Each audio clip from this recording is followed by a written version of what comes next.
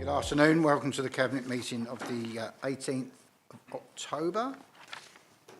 Any apologies for absence? Thank you. Record decisions of the prior meeting. Is that agreed? Agreed. Thank you. Declarations of interest of any kind from anyone? No. Excellent. Then we'll go on to agenda item 4, which is the Treasury Management Annual Report, which falls to me. I'll just make a few comments, only a few. And I suppose, first of all, I'd point members to the Appendix 1, which talks about commentary of the linked asset services across the globe, which is quite an interesting read actually and gives some useful context, although that and other comments in here have somewhat been overtaken by events in a fast-moving financial market and financial world. But I think suffice to say, I'd like to ask the Cabinet to note the Treasury Management Outturn Annual Report and just draw members' attention to a few elements, in particular reminding members of well, when this report was written, about 7.5, for example, the short-term loans still outstanding, and other loans peppered throughout the report. And the point I want to make there is we have quite a number of loans, short-term loans, at very low interest rates, as members will know from reading the report. And those of you that have been following the ever-changing news about the financial situation will know that those low interest rates won't prevail for the foreseeable future. So we're going to end up paying more for our money that we borrow, and we'll have to take account of that in budget setting, and the Treasury Management Report will help us with that. So not too much to say on it really, other than the picture is not as rosy as this report sets out because of the reasons I've said. Any member? If not, is that agreed? Agreed. Thank you very much. Go on to the financial outlook, agenda number 5, which falls to me. Say a little bit more about this. Firstly, the recommendation, which is asking Cabinet to note the initial forecast level of budget pressures and funding for 2023-24 and the projected budget deficit identified, and to instruct the corporate management team to bring forward proposals to address the projected budget deficit. And the reason for that, and that is missing from the main papers, the reason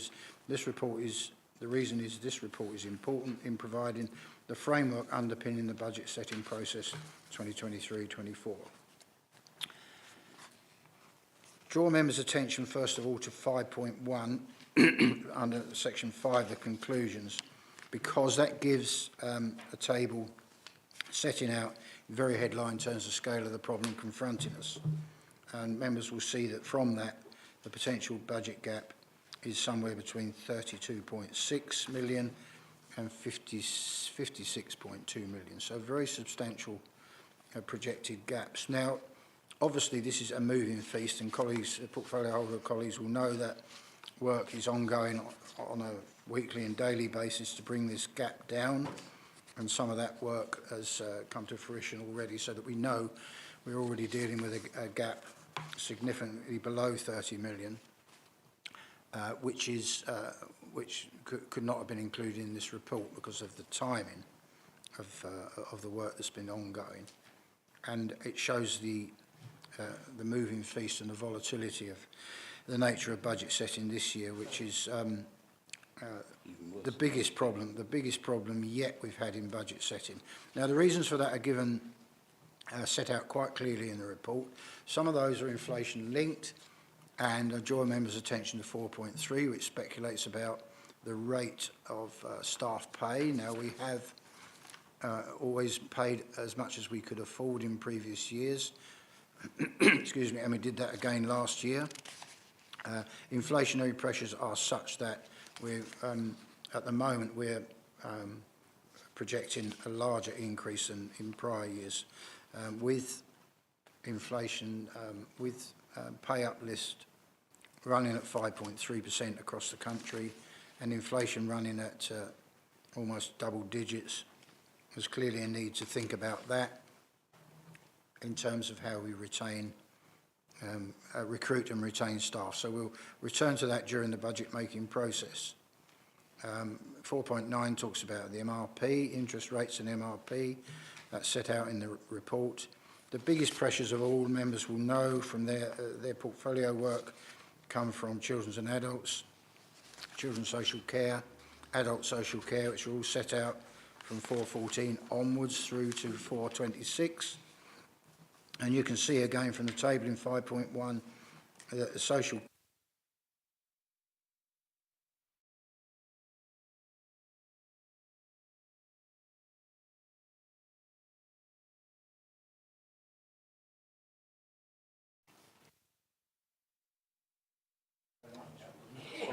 Yeah.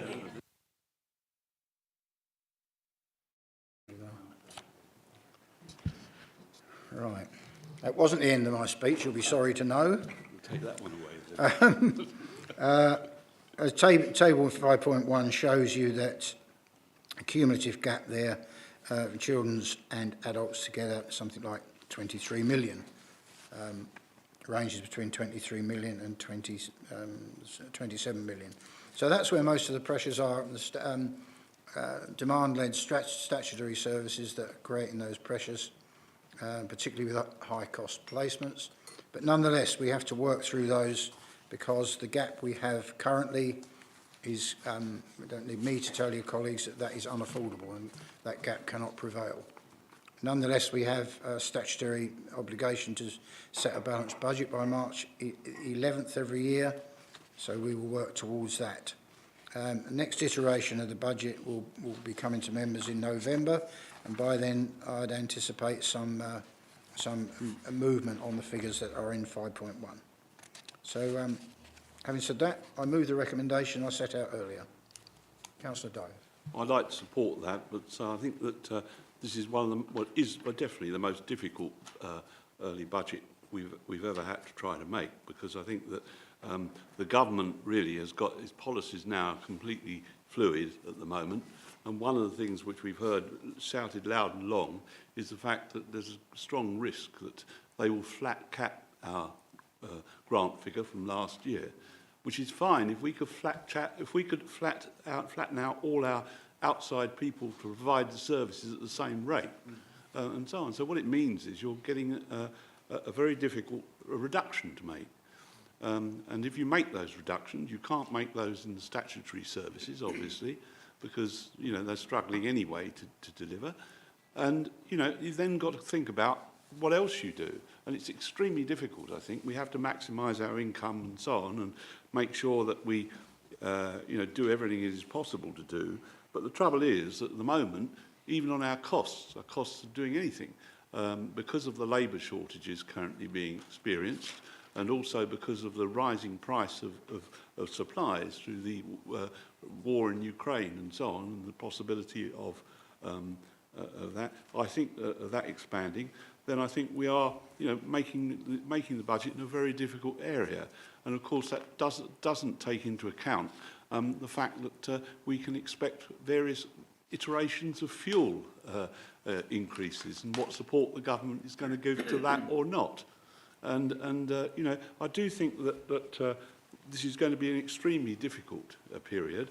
However, having said that, I think people can rely on the fact that at all levels, I think both officers and members are very determined to look after the people who are at the bottom of the food chain as well as those at the top. And I think we must make sure that we provide for them as best we can. But I think the public needs to understand the difficulties in which we are faced, because otherwise they will not understand why it is. I think Council is perhaps somewhat being a bit mean on certain things and so on. It isn't that. We are pressed because we have got this terrible situation where all costs are varying, where even income is suppressed because people have no longer got as much money as they did have in their pockets to spend. And one way and another, we are in a very difficult place. Having said that, we used to be in difficult places, so we will manage it. And I'd like to congratulate the officers and indeed yourself, actually, Leader, on the way in which we, as well as our portfolio holders, the way in which they've actually started to tackle these gaps, because I think it does mean sacrifice. And I think that, you know, we are managing a very difficult situation. But we're not alone, fortunately. I think every a local authority in the country is confronted with this. And sooner or later, I think the government is going to have to step in and be a bit more realistic about the support needed by local authorities. Because if it doesn't, then if anything that the local authorities do breaks down, then the government is going to have to come and bail them out anyway. So it's much better that they actually support the efforts that we're making to make the books balance than it is simply to say, oh, the easy one, flat cap, same as last year. You know, it's lazy. And I think we've got to make sure that we lobby them as hard as we can, and we will be doing that, to give us the fair share of the resources to enable us to keep these services going. Thank you, Leader. Thank you. Councillor Chitty. Thank you, Leader. Well, to take up from where Councillor Doe left off, I have a very good memory as to the discussions about budgets going back a very long way. I have always responded with saying virtually the same thing. Thank you. I do not believe that local government is valued by government itself. Over a very long period of time, they've put added pressures onto government. We expect you to do X, Y, and Z. Education, health, and other areas, they have given us extra responsibility without ever uplifting the funding to support that. And that in itself is an utter disgrace, because as local representatives, we know the value of these services. We see what happens when those services are stretched to limits, and of course it's always blamed on local authorities. Now, government, at some stage or another, whether it's next year, 5 years, 10 years, or 15 years, are going to wake up to the value of local authorities and what they do. I will say, you know, I'm sure there are examples where there's been wastage,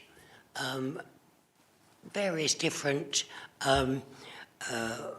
proposals across the country that have seemed rather odd.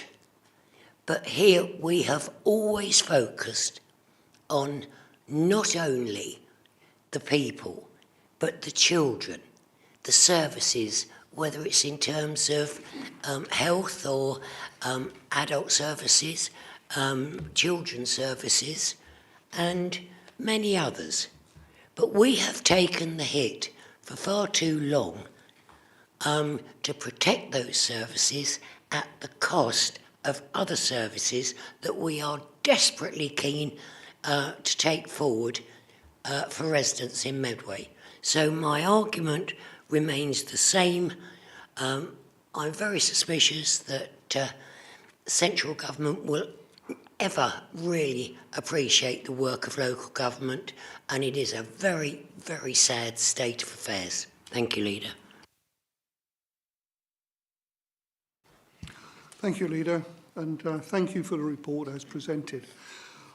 I'd like to take this opportunity of expressing sincere thanks to the adult social care team and all of the staff, and I do this on behalf of myself as a portfolio holder, and I'm sure this will be shared by my Cabinet colleagues here today as other members of the Council, and indeed the community of Medway, just to say thank you for the hard work that has gone on by adult social care to ensure that those in need of the care, the most vulnerable, are being looked after. And this is being done against a backdrop of vacancies that remain vacant simply because the people are not there. There is a an acute shortage of people working in the care sector. And this is not just about Medway, but this is countrywide. And trying to get people to, following the pandemic, to actually come back into care, working in the care sector, is proving to be extremely difficult. And a lot of people felt that through the pandemic that they had in fact worked extremely hard, and I would support exactly that. But they found that the grass is greener on the other side, and to find people have gone off and finding jobs in supermarkets and the retail trade and the hospitality sector, it's proved to be beneficial to them pay-wise, and also they're not working the hours and and having the demands that they had when they were working directly in the care centre. So, as I say, I use this as an opportunity to say thank you for all the hard work that has gone in, and hopefully we're going to see some of these people return into the fold in care, because it's my experience has shown it's more of a vocation than it is a job. And if it's a vocation, it's still going to be there, and I think that that is probably the only thing that will bring these people back into working for us in the future. But we've got our challenges, and as always, we will do our best to meet those challenges head on to overcome. Thank you, Leader. Thank you, members. Just a couple of final comments from me. First of all, to say that our track record as an administration has been to provide outstanding services to the public. Lots of examples of that. Colleagues have mentioned children's services, mentioned adult services. I'll certainly mention the frontline services, not least one of the best waste collection and disposal services in the whole of the country. All of those come at a significant cost. But it's not just always about money, as Councillor Brake has just identified. The problems across social care, and children's social care in particular, are exacerbated by a chronic shortage of social workers on a national scale. And that creates problems in itself. It creates problems with additional costs in terms of agency workers.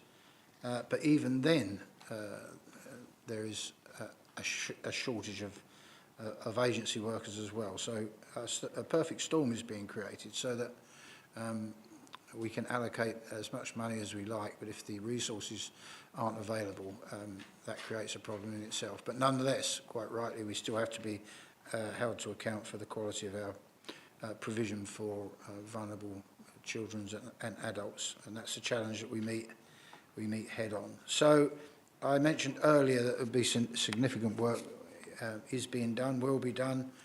We will have to consider the sort of options, budget control options that we've considered in prior years. One of those may well be, over the next few weeks, we may have to consider a council-wide moratorium on spending, but there's some background work that comes before that, before we make that decision.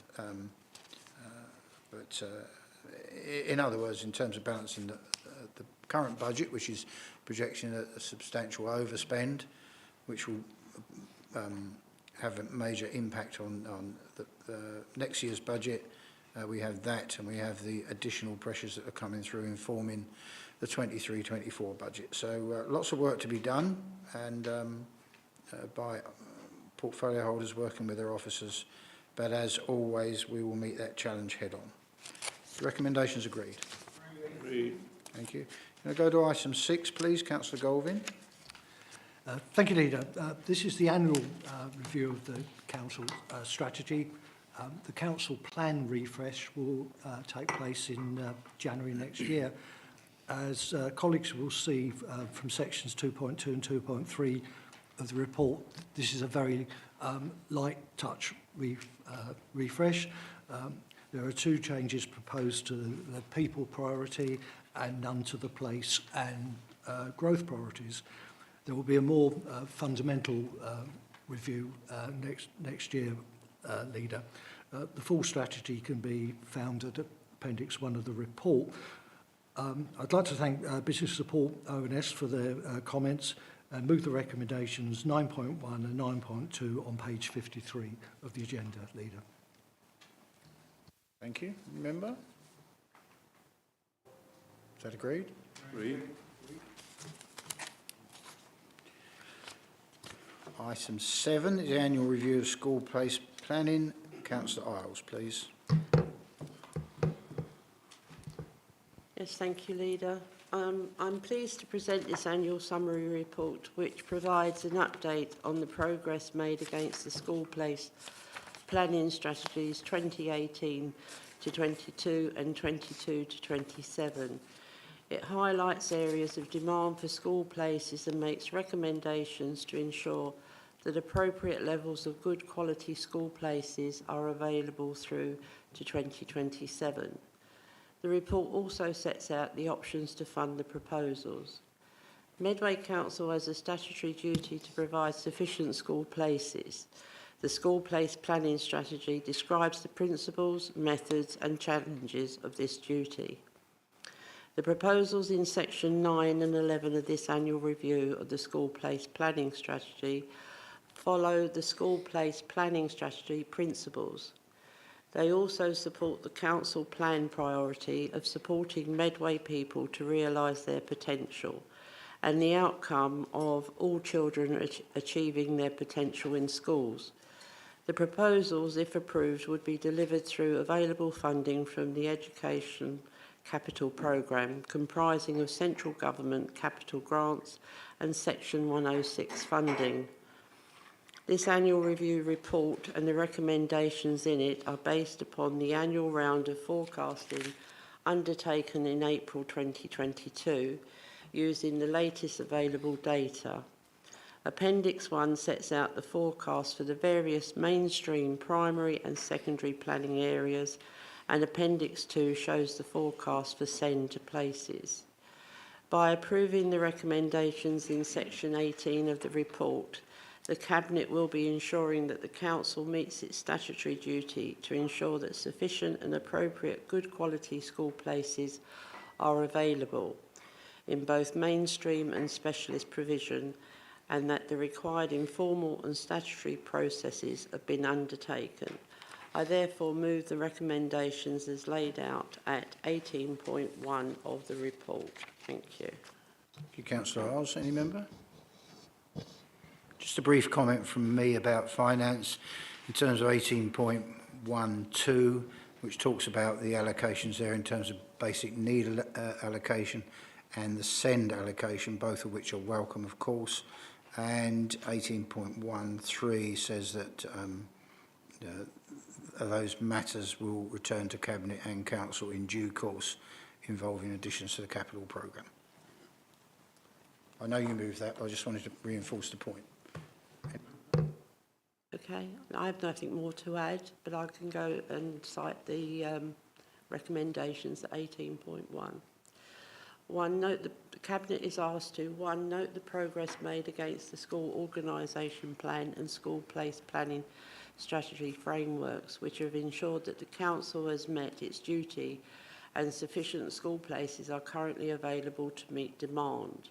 2, note that the Council has been allocated £17,049,927 basic need allocation and £7,961,522 send allocation. 3, support the strategy as set out in sections 9 and 11 of this report, with individual schemes being brought forward to Cabinet and Council seeking approval to be added to the capital programme in due course.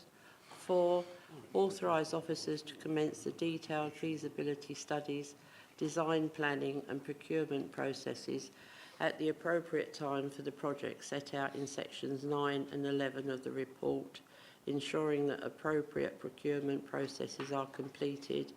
And 5, authorise officers to undertake further feasibility studies and statutory consultations as necessary to ensure that plans are in place to meet demand as and where it emerges. Thank you. Agreed? Excellent, thank you. And then agenda item 8, back to you, Councillor Isles, please. Thank you, Leader. I am pleased to present this strategy for Cabinet approval. The strategy sets out the the proprieties for children and young people with special educational needs and disability for the next 3 years. Importantly, it has been led by the views of parents, carers and young people and focuses on key areas for development across the council: health, social care and education, with the key aim of improving opportunities for young people with SEND to live fulfilled lives and achieve independence in or near their local community. The strategy sets out 5 joint strategic ambitions and a set of principles for the delivery of these priorities.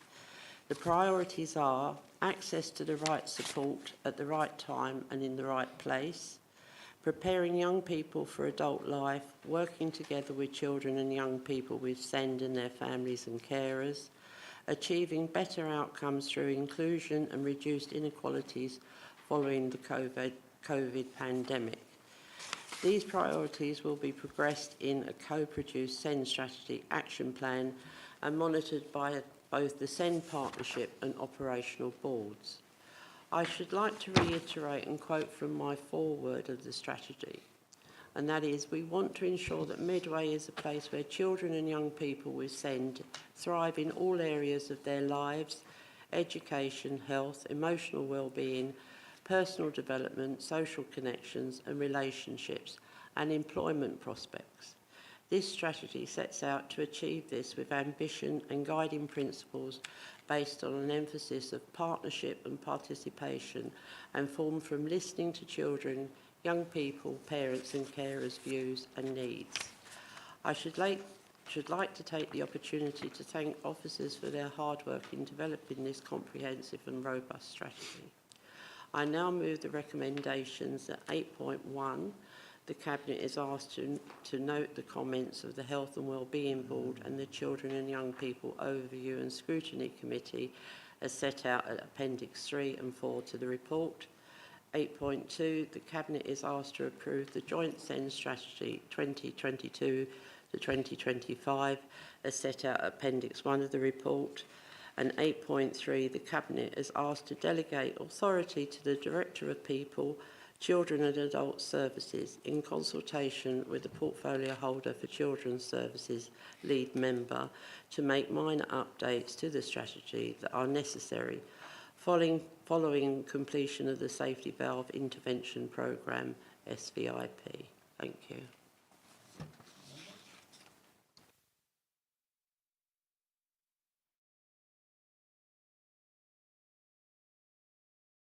Which is the planning policy update. Councillor Chitty.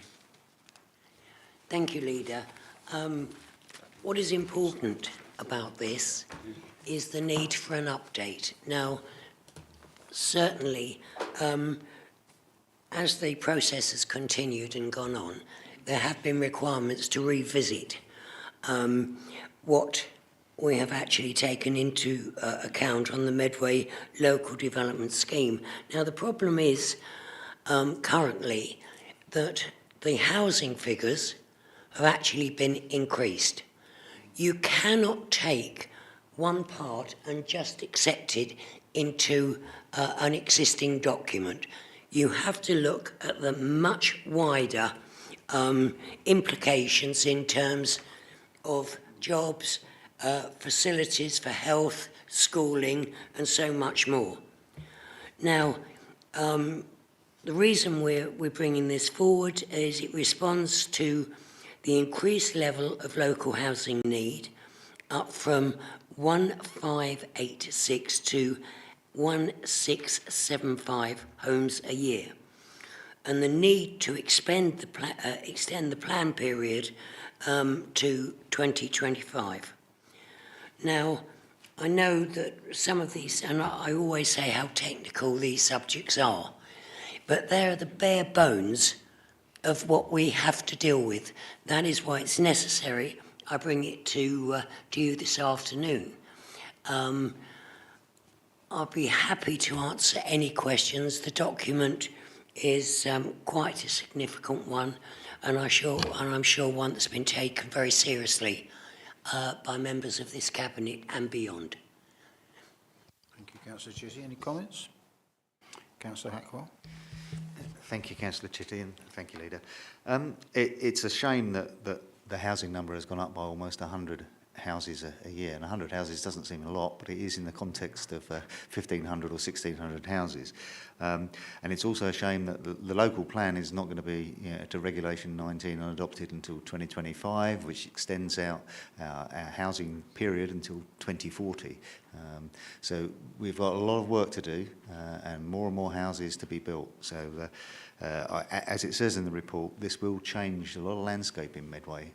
1,600 houses a year. Some of them will be on greenfield sites, some of them predominantly on brownfield sites in our city centres, which MDC are helping to contribute to try and get less greenfield sites used. But it is a shame that we have to wait till 2025 now to implement our local plan. Thank you. When we look at these statistics, as Councillor Chitty will know, we really need to take into account the fact the amount of land which at the moment has been included in past plans and still not been developed.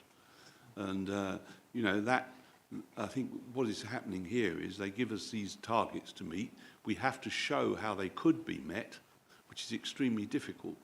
But actually, it's the market that drives the housing provision. And that is something that they try to control but don't.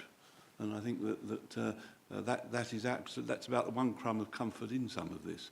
But I think the importance that Councillor Chitty has emphasised is that we cannot go on in the southeast, particularly, putting houses on every piece of vacant land without any thought about how we deal with all the subsidiary issues.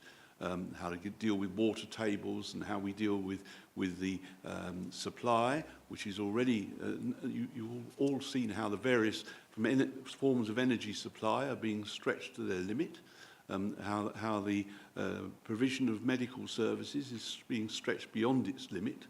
And those things have got to come with the new housing. And frankly, I don't see that the Section 106 contributions that are there are going anywhere near covering any of it. So I think it's something really that, I say it's an exercise we've got to follow, we've got to do it. But I do think that the concept of it is really fraying at the edges. I think that there's much more thought needs to be given by government to these plans and not simply standing there in front of a board somewhere in Whitehall saying we need another 6,400 houses, so you can have 200, you can have 500. You know, it's just not scientific and it's not sensible. And if you want to have proper growth and proper economic improvement, then you've got to have a better planning policy than that, I'm afraid. Anyone else? Just a couple of comments from me, please. Just want to refer to 3.2 on page 164, because that really gets to the heart of things in essence, because it recognises that Regulation 19 was not delivered and could not be delivered for the reasons we know, lack of political consensus, although quite a number of people are coming forward now and denying any culpability in that process. Ever thus. But very seriously, it means we have to restart, this report means we have to restart Regulation 18. And by way of a history lesson, the previous Regulation 18, which included many of the elements that were subsequently objected to, was passed unanimously by all members, who subsequently, some of whom recanted on that. So they'll get the opportunity to reconsider those options, because that's what Regulation 18 allows you to do. It's a call for sites, will allow for those sites to be, in due course, be assessed and agreed or not by elected members. And it will be fun to watch that process from afar. And that will eventually, under the process, lead to a new Regulation 19, which members will need to agree to. Now, it's all very well having political sport over the local plan, but the bottom line is we're now seeing speculative planning applications coming forward with the council largely defenceless in terms of not having sufficient land supply, 5-year land supply, not being able to meet its housing targets, which are imposed by central government, and all the angst that goes with that in terms of inappropriate development, which otherwise would not be coming forward. An example I will give, 250 houses are being proposed at Cliff, which were not in Regulation 18 and were certainly not in the emerging Regulation 19. So those have come forward by way of speculative development options directly as a result of Regulation 19 being stymied. So let's hope some sense prevails in this process going forward. Back to you, Councillor Chitty. Thank you, Leader. You're absolutely right in your assessment of what has happened. Can I go back a few years, if you'll permit me? We had a local development framework group, cross-party, and we all worked as best we could in the best interests of Medway, and that had political consensus. Unfortunately, when those the last election, people did not do the necessary work to understand what the local plan was and the parameters that we had to work in. And one of the saddest, for me, the saddest implication, which you, Leader, touched on, is that we haven't, because we couldn't get that consensus, we see people, particularly on the peninsula, having planning applications put in, and there is no protection for them. Had there been an acceptance of what was being proposed, they would have had that protection. And now they are left hanging with the worst possible scenario, and that saddens me considerably. Another element of that is that there will be planning applications that we as a planning authority could very easily refuse for very legitimate reasons, and unfortunately we may refuse them at our planning committee, but if they go to an inspector is likely to say, in the absence of an accepted draft local plan, and they will give permission. And the overall outlook is terrible, because those figures, any development, will not be reduce the numbers of housing that is being put forward. They are outside of that figure. So you'll have even more development because there isn't the control there. And it really is extremely sad. Now, a call for sites is part of the accepted process of developing a draft local plan. Now, we are not able, as an authority, to sift through those proposals and say, oh, I don't like the look of that. We won't look at that at all and take it out. Any of those proposals will be part of the process. And you cannot predetermine what you would like to see in a draft local plan. Now, 106 was never devised to answer all the problems in terms of a development, whether it was road or schools or whatever it might be. It is a contribution to those requirements, and that is a 106, and it certainly doesn't cover all the necessary requirements that some development would actually bring forward. I'm extremely passionate about this. I don't want to go on for too long. I can see the expression on your face, Councillor Jarrett. So I'll leave it there, and any other comments I would always look forward to. Thank you, Councillor Chitty. Is that agreed? Agreed. Item 10, Neighbourhood Planning. Councillor Chitty.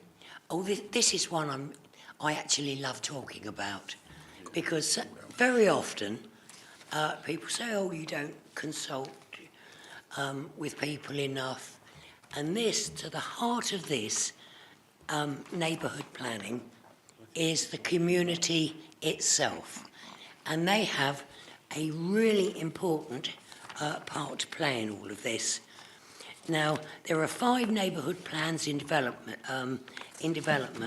within Medway. Cliff Woods neighbourhood plan has been submitted for examination. The council expects to receive the draft plans from the Arches, High Holstow and Houston-Werburg and Chatham Dean in the next 6 months for further consultation. So I'm really happy to put this before you and for your approval.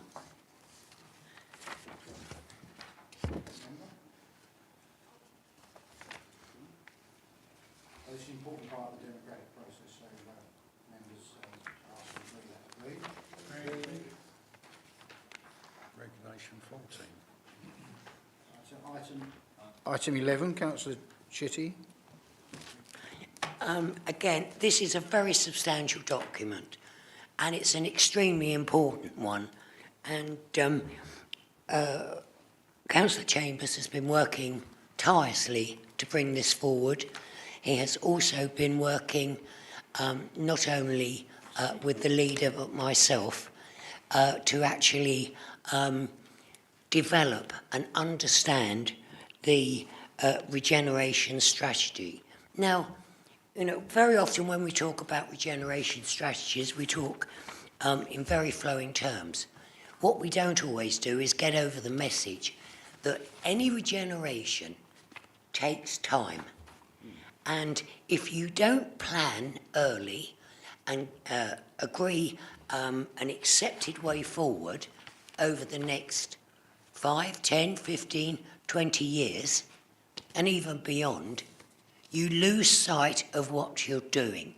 And you end up with the worst of all worlds, where you haven't got a strategy that actually works over that period of time. I will also say that it's very dependent on funding, and certainly we're always very aware of any funding opportunities. So this document actually underpins why we are seeking funding from government to do a particular process, and it stabilises the understanding of what we, as Medway, are seeking to achieve over that period of time. And so I'd like to move the recommendation as laid out. Thank you, Councillor Chitty. Any member? Councillor Hackwell. Yeah, just to say, I like to see that the town centre planning has prioritised Raynham and Gillingham. I think it's a time for Raynham and Gillingham to get some priority. But I also like to say that I think that we mustn't lose sight that we've got some satellite sort of centres in our community that we need to take care of as well as just town centres. So I'd just like to make that point. Thank you.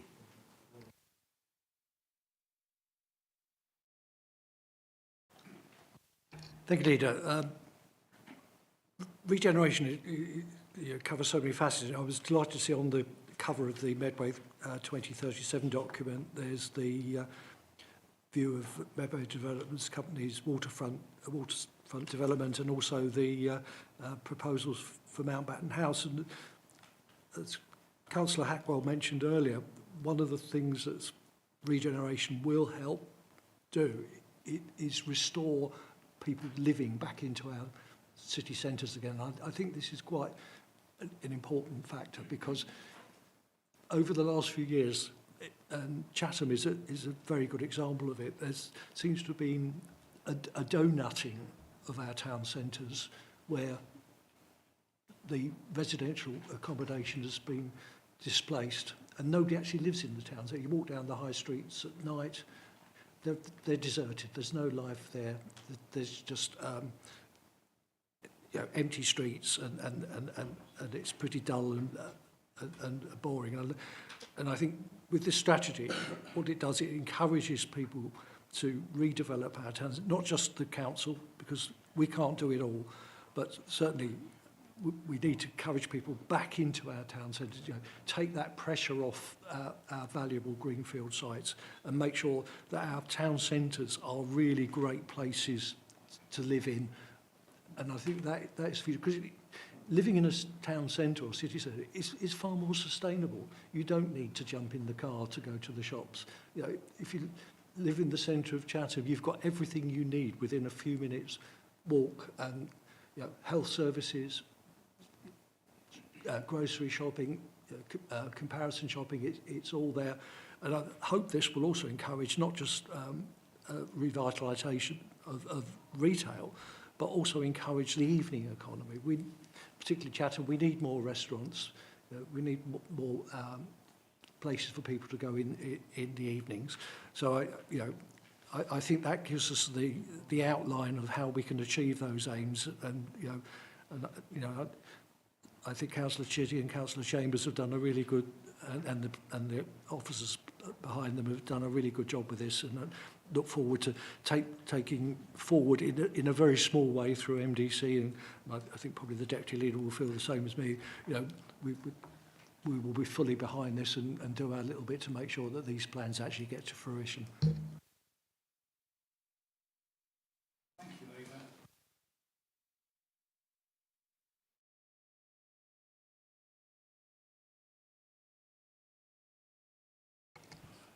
Sorry, when it talks about the hydrogen system and looking down at Grain and the route it could take and produce hydrogen all through the southeast and up to London, I think hydrogen's going to be the thing that's really going to help us out. So to see that in this report, very encouraging. Well, I think that the trouble with reports is they do tend to kind of drown this thing in paper, but actually what I think is the thing that needs to be realised is that this just isn't a piece of paper to sort of forget. This is actually something which underlines the scale of the revolution really that's going on in Medway. Has gone on with a start, of course, ever since the dockyard closed, but has gained tremendous momentum. And these towns are probably changing more than many other places in the country that I've seen. And you see the benefit of this. And all this is being done against a background, as we were talking about earlier, of uncertain futures of finance and so on, and difficult market conditions and all the rest of it, which we have to shoulder. And it would be very easy for us to just say, well, you know, just keep quiet, let it all go on, you know, and so on, and not do these ambitious things. But I think we've got to do them. I think we owe it to the future. And I'm very pleased to see it happening. That's why I'm so very pleased to be contributing towards the regeneration of the town centre, city centre. I think along with this goes the cultural revolution that's taken place with Creative Medway and so on, which again, you know, we're trying to promote against some of the standards that we have of festivals and so on. And I think we're developing a place which, first of all, will revolutionise its tourism offer. That's what I mean by a revolution. Also will mean that people who live here will no longer think, oh, it's just Chatham. You know, it isn't. It's going to be a really decent and superb place to live, I think, when all the development is done. And I think it also helps, oddly enough, that the way in which the role of city centres is now re-envisaged, I think that's going to help us rather than hinder us, because I think it gives us the opportunity to change the use of buildings, to be able to draw money for that. And therefore, I think, you know, I think we should be proud of the fact that we are moving at this speed and looking at assets that we've not really exploited to the full, for example, like the river and the river strategy and so on. Tom Cruise has landed. But anyway, you know, I do think it's very important that the public realise the scale of what's going on here, because collectively, I think that the changes that are coming here are really without parallel on the southeast, and I think that they're pushing us to new heights, really, of success. So I'm really behind this strategy, and I think that that's why we're putting so much into it, because we believe that if we work together, we can deliver the most surprising results that would never even been contemplated 5 years ago have now been achieved. And so we're looking forward, moving that horizon and saying, right, well now in the next 15 years, this is what we think we can achieve. And I believe passionately we will achieve it. And I'm very proud to take a humble part in it, as I'm sure we all are. Make a couple of comments that what we've got here, as set out under 10.1, is an impressive suite of documents, actually, as set out: the town centre strategy, the innovation strategy, and the skills and employability plan, all of which mesh together to deliver our ambitions, our very stretched ambitions. Councillor Filmer was quite right to mention the hydrogen element, and I think that reflects well on our Medway Council's influence outside of Medway, because that has come forward through the Thames Estuary Growth Board, of which I represent Medway, and hydrogen opportunities being brought forward has been one of the central planks of what the Growth Commission has been doing, what the board has been doing, and that is hopefully coming to fruition with one of the hydrogen hubs being, as Councillor Filmer said, at Grain.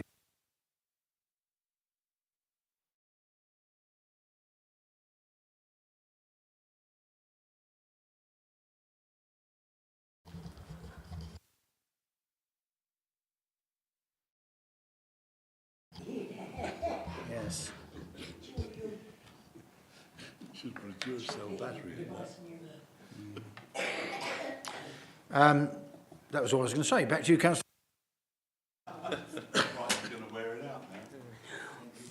What is so fascinating about these discussions is that many of us have memories of the difficulties that we've had to go through. Many people focus on the dockyard. What they forget is that it wasn't just the dockyard that closed, it was BP oil refinery and metal box.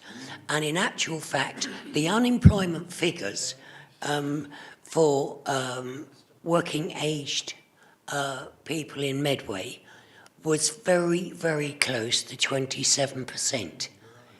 And none of us that were there at the time threw the towel in, because that simply wasn't an option.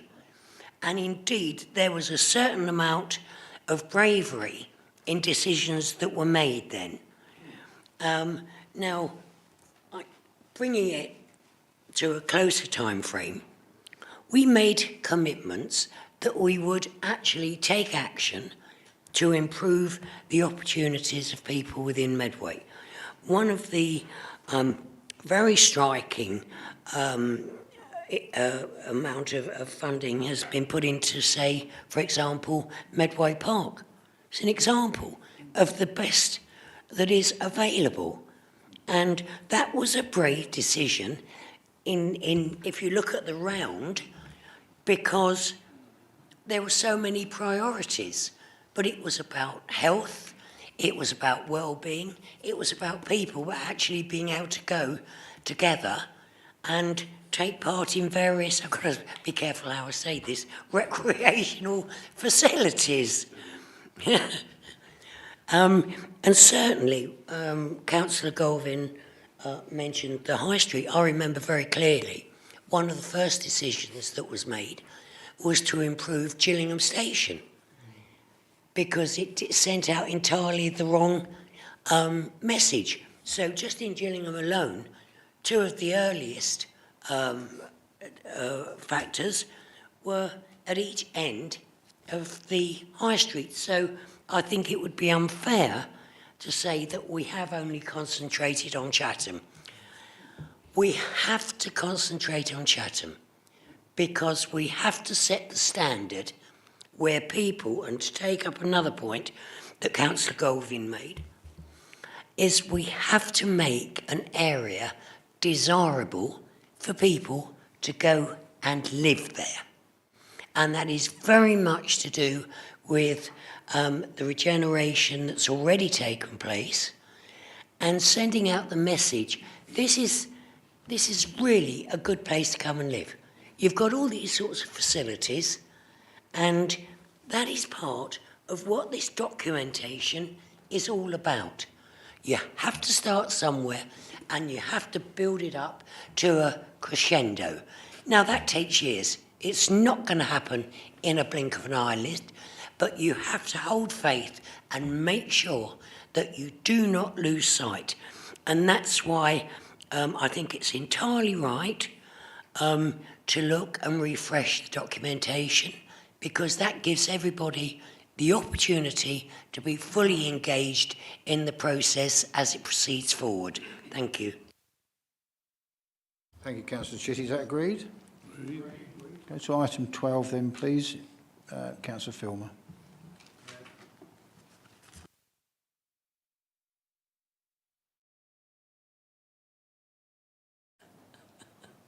Thank you, Leader. This report explains recent changes to Part 6 of the Traffic Management Act and seeks approval to apply to the Secretary of State for civil powers to enforce moving traffic offences across Medway.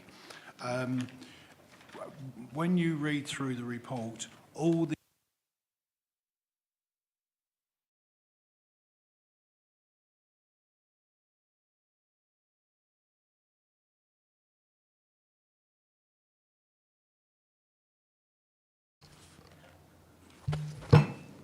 Thank you.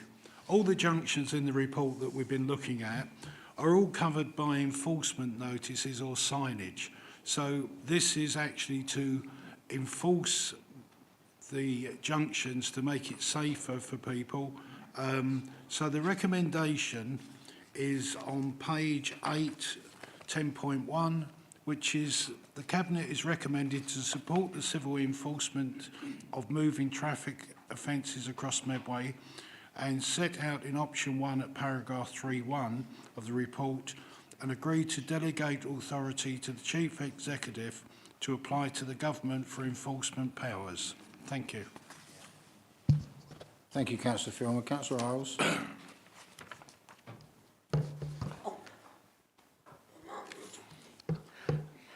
Thank you, Leader. Yes, I just wanted to make a few comments on reading through this, and really I can only comment on experience for the Cuxton Road and London Road junction, and I would suggest this also applies to other junction boxes, and that is that if this is going to be enforced, then they need to be repainted and made obvious. And also with that junction, whilst, and as the comments that have been made bear out, and some of those comments are quite constructive and true, most motorists do try not to get caught in that junction box, but because of the layout sometimes it is unavoidable. But also what adds to it is since the regeneration of Strood High Street is the two crossings near the vicinity of the church. There are two there, and I would suggest or ask that if this is enforced and, you know, there is a possibility of getting caught in that junction of Cuxton Road and London Road, that the timing of those crossings is reviewed, because sometimes you can find yourself where it's clear and then someone will want to cross the road. And then you can find yourself in problems. So it should be sort of correctly synchronised with the traffic lights at that junction with those two crossings. And I suppose that would apply to most areas as well in terms of checking the synchronisation of crossings with traffic lights where they do contain a box junction. Thank you. Thank you. Councillor Goldwyn. Thank you, Leader. Our Community Safety Partnership in Medway has just completed its annual survey of residents as to see what concerns them as community safety. As it was last year, I was quite surprised to see how road safety and traffic issues feature very highly on that list of concerns, way above some issues that you would think people would be more concerned about, violence and burglary and that sort of thing. And ironically, it's actually traffic offences are one of the few things that the Community Safety Partnership does not get itself involved in. But it is obviously an issue that our residents here in Medway feel keenly about, because that was reflected in the survey. So I think we have got a mandate from the public to take this role on. I also think it's important that by us taking this role on and using cameras and technical means to enforce it, that's actually relieving the police of those having to enforce those things, which enables them to perhaps get on and do jobs in other areas that need looking at within Medway. So I think us taking the role on will help the police. It's certainly from the Community Safety Partnership survey an issue that is at the forefront of a lot of our public. So I believe this is a role that we should take on. Thank you, Leader. Thank you. Councillor Hackwell. Thank you, Leader, and thank you, Councillor Filmer, for the report. I'd just like to say that reading the report, it was interesting to see that of the respondents, that most of the respondents were in favour in the high 50s up to the 80% of all the junctions that were and that were mentioned in the report. So it does have public support from those that responded. And we must stress it is safety. I mean, I had an experience last year while I was crossing the bottom of Orchard Street to go to the bank. A car made an illegal right turn, or a van actually made an illegal right turn and nearly hit me, because I wasn't expecting a car to be coming from that direction. So I think it is very important, not only for drivers, but for pedestrians as well. So I thoroughly support this report, and I also know that it's only for the application to the Secretary of State, but I would like to be involved a bit more in the detail of how it's run out once we apply and get that approval. Thank you. Very good. Thank you. Yep. I was just going to say, I very much welcome this. I think the public needs to understand that we've done an awful lot of work on the roads. When you've got the configuration we've got, which is the river crossings as well, which slow all the traffic down through the towns, there's a limit to what you can achieve just simply by road building. And so what you need to do is to keep the traffic moving. And when you get certain people through selfish means, actually, you know, sort of blocking up a whole stream of traffic, because they're not obeying the rules, then I think something needs to be done. And I think this will help to keep traffic moving. And I do welcome it in principle. And I hope it's successful. Councillor Filmer. Yeah, thank you. Thank you for your comments. Councillor Isles, I know the junction quite well that you're talking about. The traffic lights are connected on something called Scoot, which should phase automatically, but I will get it checked out to make sure it's working right. Councillor Gelvin's right. I get quite a few complaints about the way people abuse junctions. So I think we've got the public behind us with this, and once we get permission to do this and we look at these junctions, we obviously got to advertise, and we will speak to the ward members depending which roads we look at. But obviously there's a lot more junctions we can look at after the initial ones we put in. So thank you very much for your support. Agreed. Thank you. Better Care Fund. Councillor Brake, please. Thank you, Leader. The Better Care Fund was established in 2015 to improve outcomes for local people who use health and social care services. Its primary aim is to facilitate better care and support for people through integrating services. Each financial year, local areas are tasked with producing a plan which outlines their use for the Better Care Fund. The NHS and local authorities are required to enter into pooled budget arrangements and agree an integrated spending plan via what is called a Section 75 agreement. We regularly experience delays in the issue of BCF planning guidance by central government, in particular the Department for Health and Social Care, each and every year. This current financial year was no exception. We received guidance in late July for submission of our final agreed plans on the 26th of September. Local Better Care Fund plans had to be produced and agreed within a short time frame. There was also a requirement to refresh our Section 75 agreements. Officers are seeking Cabinet approval of the final drafts of the BCF plan.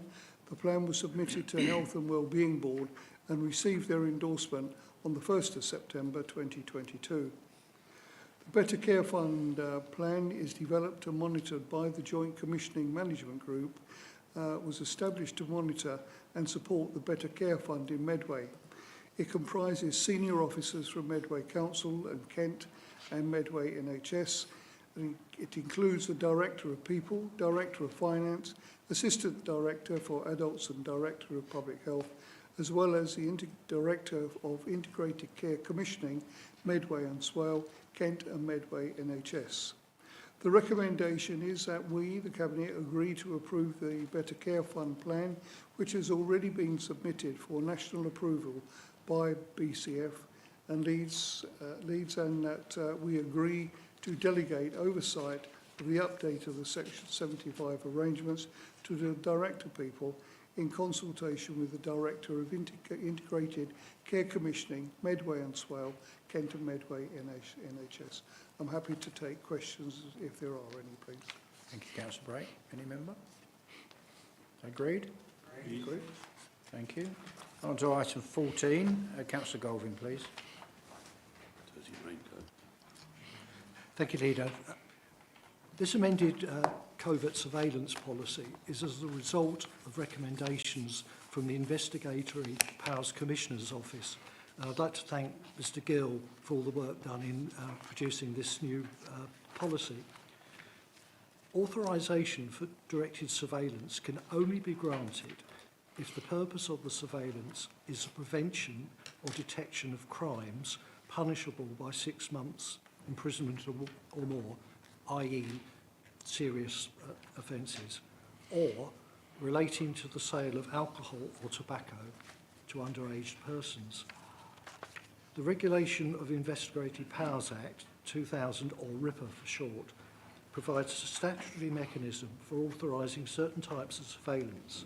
It seeks to ensure that any interference with an individual's rights under Article 8 of the European Convention on Human Rights is necessary and proportional. Just to remind colleagues that Article 8 is for the respect of private and family life. In doing so, RIPA seeks to ensure both the public interest and the human rights of individuals are suitably balanced. And I think that's an important point. The Council will only use these powers lightly and for the offences that they are serious enough to warrant doing it. It's not done on a whim. So this new policy is attached to Appendix 1 of the report, and I'd like to move that Cabinet approves the report as at Section 8.1 on page 99 of the agenda. Thank you, Leader.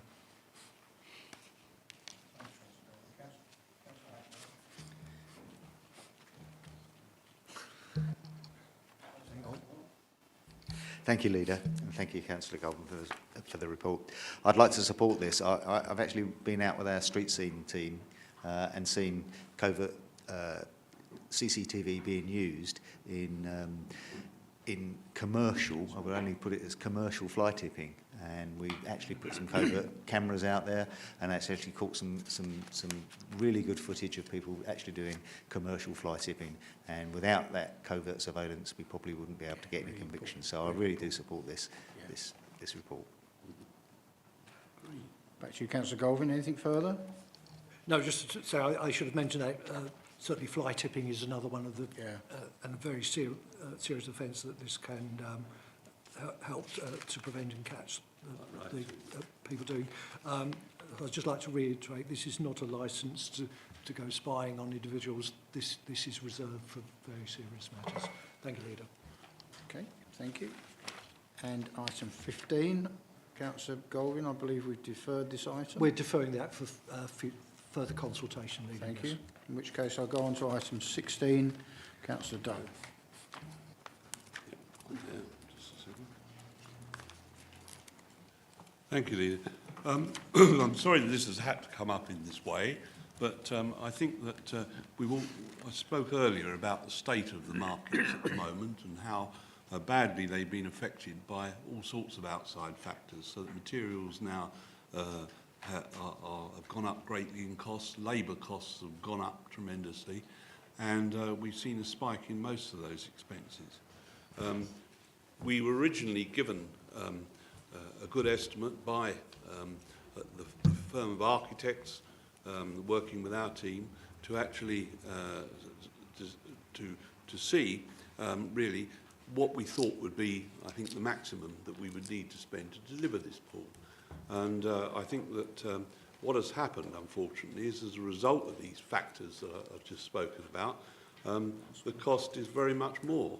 So we then have to consider, really, we've got a number of possibilities. You either then abandon the scheme or you start knocking bits out of it, which is always what we call value engineering, which I think already done some value engineering on it anyway. But I think you mustn't, I think once we start disturbing the basic structure of it, as it were, then I think it will depreciate in value. And I do think that the third thing we could obviously do is to put it off and say, well, we're not going to do this until the better times, cost-wise. Well, looking at the in the glass, I don't see those better times coming in any shape or form in the reasonably near future. So I think there's the fourth really option, which I heartily recommend. It's actually option A on the recommendation set out in 10, really, is to get on and grasp this problem and say, let's be brave, let's do it. We promised the public that we would do it, and I think that this is one of those decisions, comparable really, I think, in many ways, with Medway Park. You know, when you have these major facilities, these things go wrong from time to time, but nevertheless, if you stick to it, we'll produce something which is really worthwhile and which will be valued for years by those that learn to swim there. Children in the not only in the area of Raynham, but also anywhere in the towns, because this will be quite a different pool from what we have at Medway Park, because Medway Park is very much a more formal pool where serious swimmers and so on go to do training and so on, and where we have lessons. This is a much more of a fun pool for children. Get them to really like the water, to be used to the water, and actually this is obviously essential because we live not that far from the coast anyway, and water safety is very, very important. So I can only say that we will. I would like urge you to agree that we take 10.1a, which is to proceed, and therefore agree to recommend that full council approve an addition. Now, I was going to say of £7 million, but I think there is still some possibility of looking further into the ancillary fees that we've got with the scheme, that is what is not in the building contract itself. And I think that this is something which, you know, it's a large scheme, and we do need to make sure that every penny that's spent on things, for example, like contingencies, whether they're reasonable and being held with the proper regulation around them, so they're not simply absorbed and say, well, gosh, they put this much into the contingency, we can use that any time. It isn't. It's difficult, I know. And I don't pretend that the difficulties that the council's faced with finance make it easy to make this decision. And I don't make it easily, I'll tell you that. But I think that we do need to proceed with it. We've got to honour what we've said to the public, and I think they will be grateful in the longer term that we've actually done this. So therefore I will move that we proceed and therefore agree to recommend that full council approve an addition not exceeding £7 million to the Splashes redevelopment scheme in the capital programme to enable development of the new Splashes Sports Centre. Now, if that is then carried by council, as I'm confident it will be, then I think that it enables us to get on with it straight away and actually stop any risk, really, of another spiral catching this, of this sort of magnitude. But, you know, we have the processes, we have to have the controls and so on. We can't move as quickly as many in the private sector. And the financial weather is very much against us. But I think that's why we've got to get on with this and we've got to do it. So that's what I urge you to do. Thank you, Councillor Doe. Councillor Brake. Well done. Thank you, Leader. Thank you, Councillor.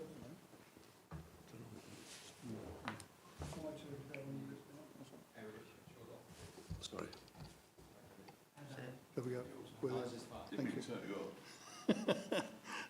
Thank you, Leader, and thank you, Councillor Doe, for the report.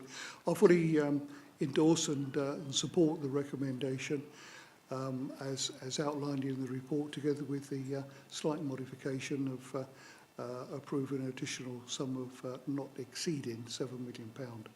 I think it is important that we do go forward. In fact, it was the same group of people here today that debated and looked at this very carefully as to what we should be doing with the old splashes, and we decided to grasp the nettle and to go for closure and then to demolition of the site. And in demolition, the demolition of the buildings was in fact to demonstrate that we were fully committed to what we'd set out to do. And I think for us to renege on what we'd already agreed would in fact be a dent in the confidence of our communities in what we do, because in Medway what we say is what we do, and we are very successful in our achievements. So I fully support the recommendation. Also got to remember that Splashes is a Medway facility. The fact that it's located in Raynham is a little bit of icing on the cake for those that live in that particular area, but we all recognise that all of our facilities across Medway are Medway facilities, and everybody likes to share and use and quite happy to travel wherever for good quality facilities, which is everything that we ever produce and provide here in Medway.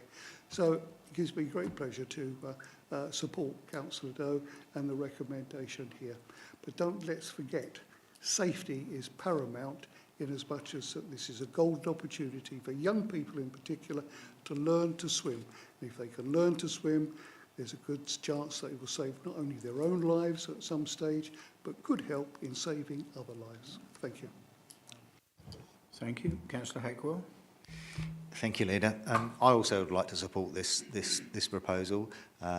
I'd spent many hours with my young children when they were young in Splashes, the old Splashes. It does offer something different from Medway Park. You know, it's a fun pool where children can enjoy themselves, and we haven't got another pool like that in Medway. So it's very important that we give a cross-section of enjoyment to young people.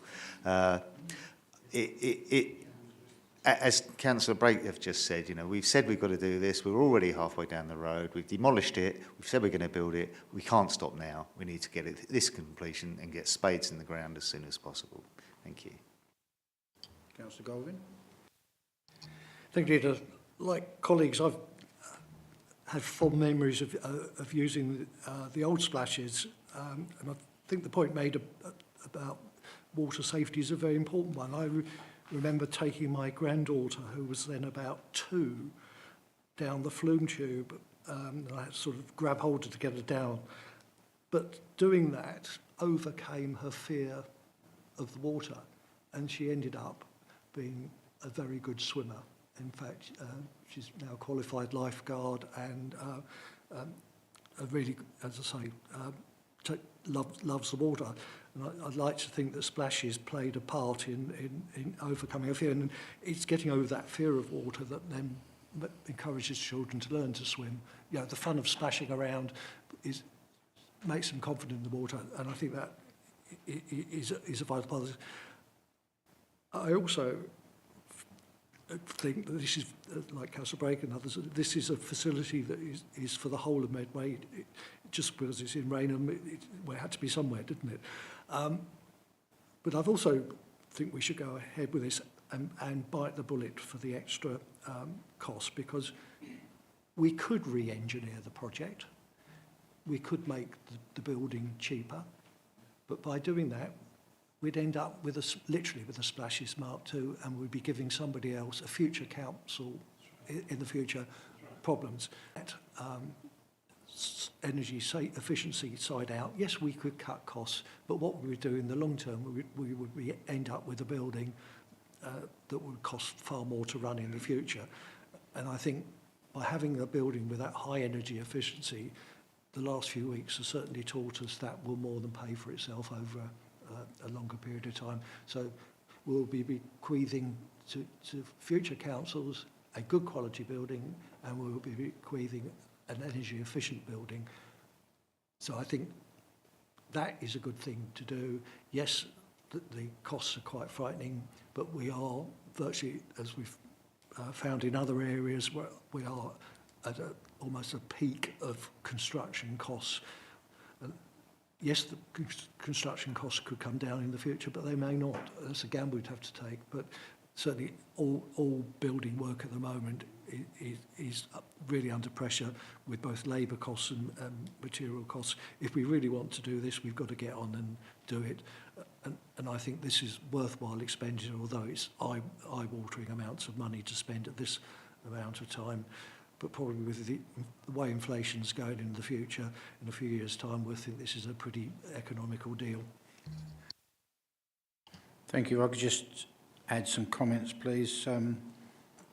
3 or 4 comments, really. Firstly, 10.1A is outlined by Councillor Doe with not exceeding £7 million. That is not the recommendation that we would expect to go to council in due course. The recommendation that goes to council will give our figure for the development after we've done some further work on the numbers as Councillor Doe has set out. So there will be a precise figure going to council. I think the second thing I'd like to say is that a thoroughly misleading newspaper headline on the publication of this agenda, saying that the costs had spiralled from 5 million to 20 million. Well, that's not so, of course, because the 5 million was not to build splashes. It was to refurbish splashes. It was for a different purpose. So the journalist, whichever journalist it was, has conflated the figures and come up with the number that gives the most appealing headline. So we haven't gone from 5 million to 20 million to build a new splashes.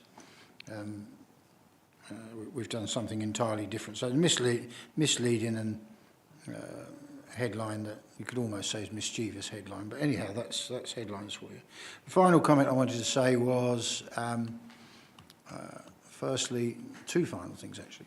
Firstly, Councillor Brake was absolutely spot on, and history shows, and any analysis of this administration since the year 2000 will show that when we say we're going to do something, we do it. And I think that's laudable. That gives the administration credibility, and it means that people can trust us to honour, in particular, our election pledges, and that's a fundamental plank of what we stand for. Saying we'll do something, having thought it through carefully, and then delivering it over time. And in terms of that delivery, one of the things I'm very proud of at the moment is the child-friendly Medway work that we're engaged in. That is increasingly gaining momentum, increasingly have a wide reach and wide impact all across Medway, and having a new splashes with its child-centred approach accords precisely with our child-friendly Medway aspirations, and again the child-friendly aspirations that we're delivering on. So congratulate you, Councillor Doe, on bringing this forward.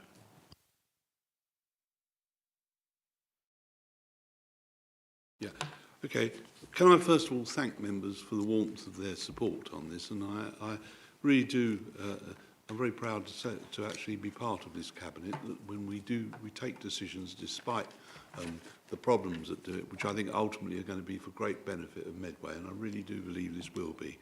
I will move, therefore, that just to be quite clear, I will read these because otherwise we're going to be confused, perhaps. On 10.1a, which is proceed and therefore agree to recommend that full council approve an addition not exceeding £7 million to the Splashes redevelopment scheme in the capital programme to enable development of the new Splashes Sports Centre. I'll also move under 10.2 that subject to that decision, which is made above, that is, we've already said that. So the Cabinet now should resolve to proceed with 10.1a and thus need to request Council to get a delegate authority to the leader to determine the contract award and instruct officers to complete such agreements as necessary for the delivery of the project. So that is where we are. So I'm very grateful for your support, and we will do everything we can to keep costs down, but we really must get on with this and do it, and time is of the essence. Thank you, Councillor Day. Is that agreed? Thank you. We go to item 17. Councillor Golvin, please. Thank you, Leader. Well done. The Brook Theatre, which was the former Chatham Town Hall, designed by George Bond, who was an eminent Medway architect, is now over 120 years old.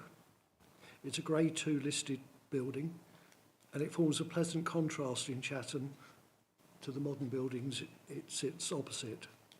It's a thriving arts centre and provides home to many theatre and dance companies, many of which are greatly frequented by our young people.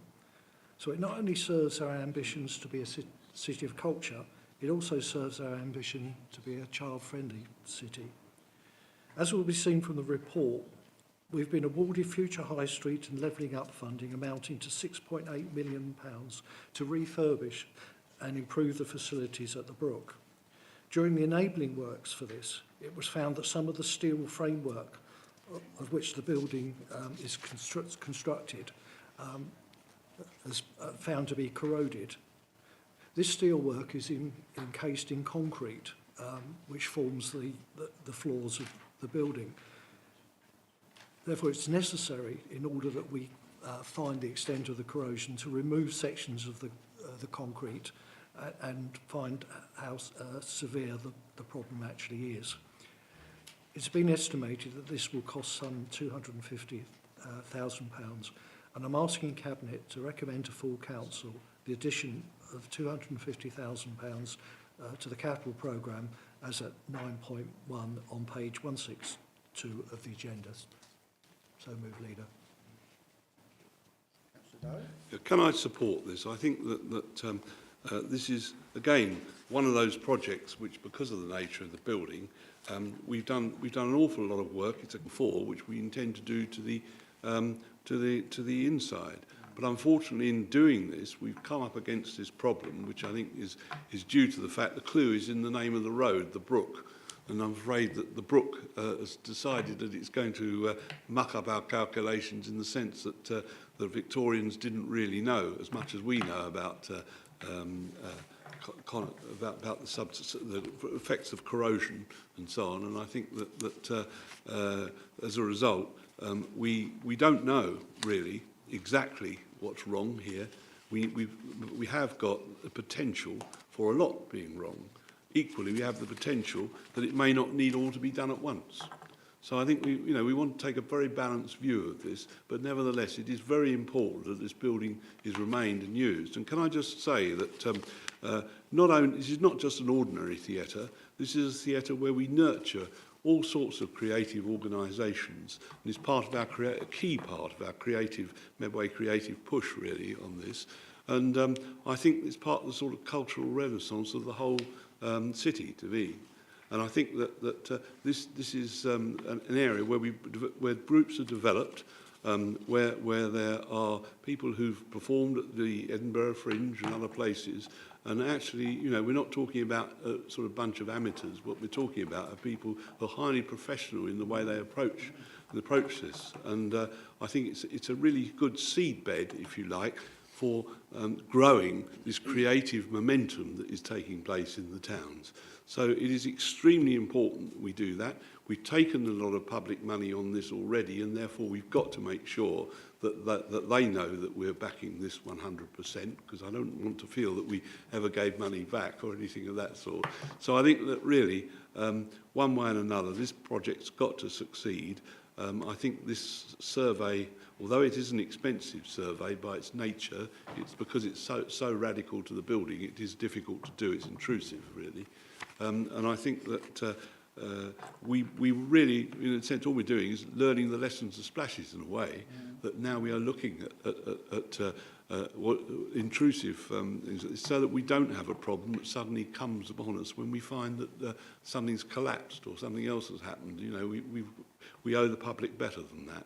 So I'd just like to support this and say that I think that this will get us really into a new place with this theatre, and then we will not have to come to you for various other allocations of money. It will have been properly funded and properly rebuilt and developed in the way that it should. Councillor Chitty, please. Thank you, Leader. I actually think that this is one of the most underestimated buildings within Medway. And it's quite extraordinary that we pass it so frequently and don't realise the value of it. Now, I was very fortunate as Mayor having a parlour there. And the furnishings within that parlour, I hope, have been protected, because they in themselves were really special. And the green room. And I have to say that the most outstanding room of all was the lavatory. Delft tiles, Victorian accoutrements, and quite extraordinary view of a time that's gone past. Exceptional. And to lose some of those elements of that building would be an absolute tragedy. They really should be protected. Now, I can also speak with some knowledge of the children that have taken part in certain functions, particularly at Christmas time, and when they're all in the foyer and they are so excited. And it's very much part of what they do and what they love to do. And so we have to accept a building of that age will need the funding to protect it, and more importantly, to make it useful, to give it a real meaning for people within Medway. And so I very much support this and understand the needing for that funding. Thank you. Councillor Brake, follow that. Well, thank you, Leader. That completely thrown me off my stride, really, in as much as that not having first-hand knowledge of the ladies' toilet facilities within the old town. Oh, well,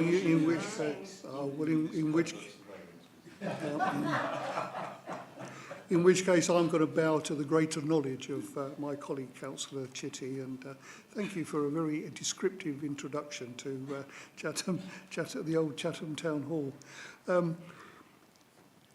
This, in fact, is a project that we must agree with. This is all part of our fabric of Medway, and we know that right across the whole of Medway, from all of our boundaries, that we are steeped in history, we are steeped in heritage, and I think back to the buildings that existed in the 1960s, and the wanton destruction and what I can only describe as vandalism of some of our very oldest of buildings where they were demolished simply because, well, we're in the 60s, we're past the Second World War, we need to go for change. Let's go for change. So many buildings were demolished in all parts of Medway.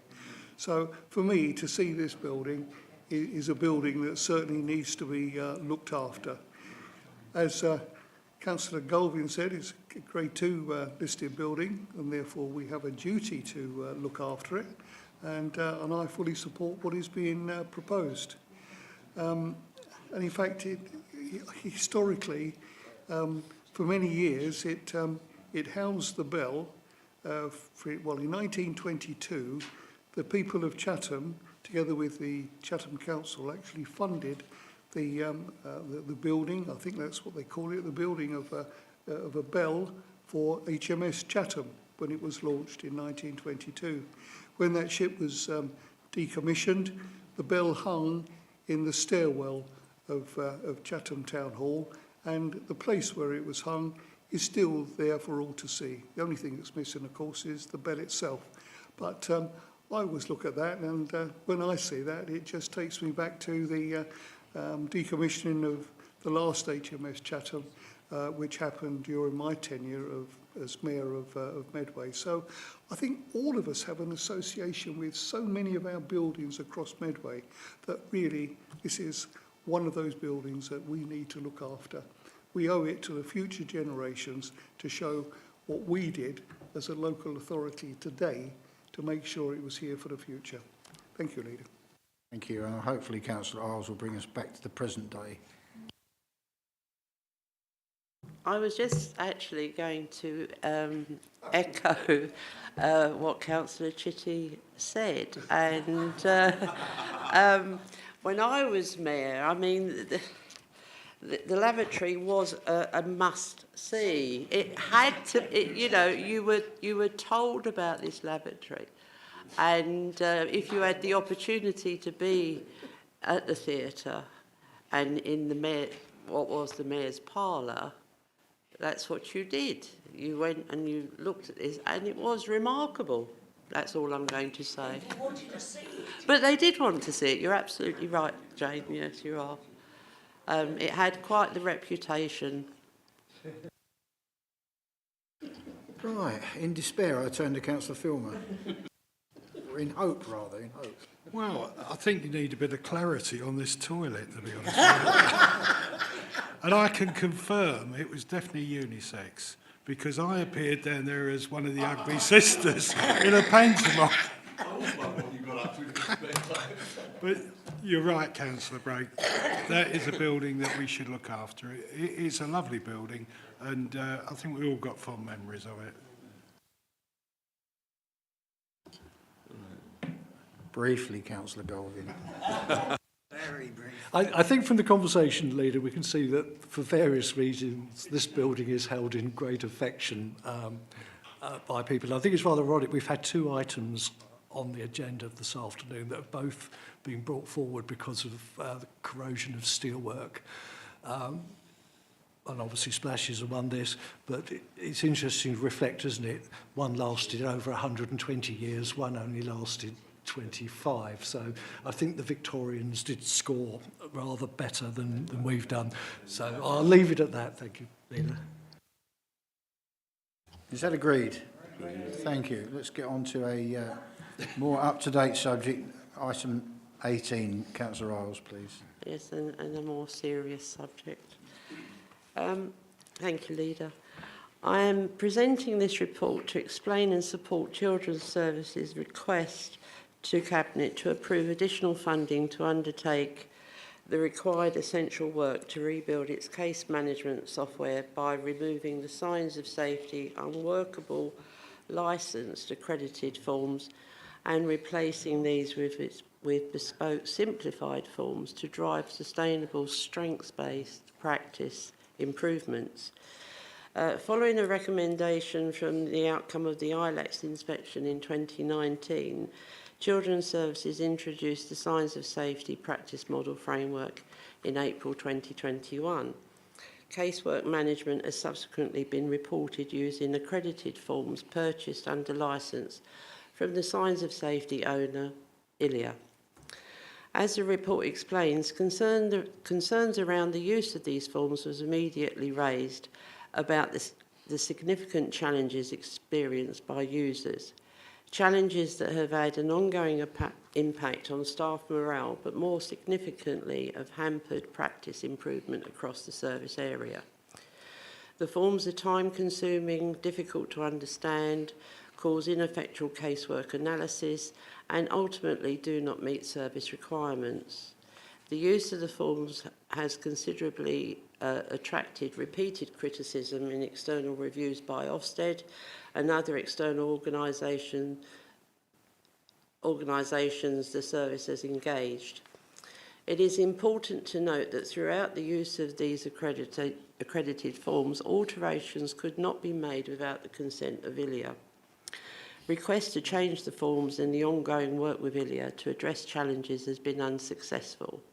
Indeed, any amendment to the forms could have potentially led to legal challenge from ILIA. This unacceptable situation has not been peculiar to Medway. Other local authorities experiencing the same challenges have since or are in the process of moving away from the signs of safety accredited forms. Further, Access, the Mosaic supplier, has given notice to end their contract with ILIA, thus meaning the loss of support for any development work with ILIA, even if it could be agreed.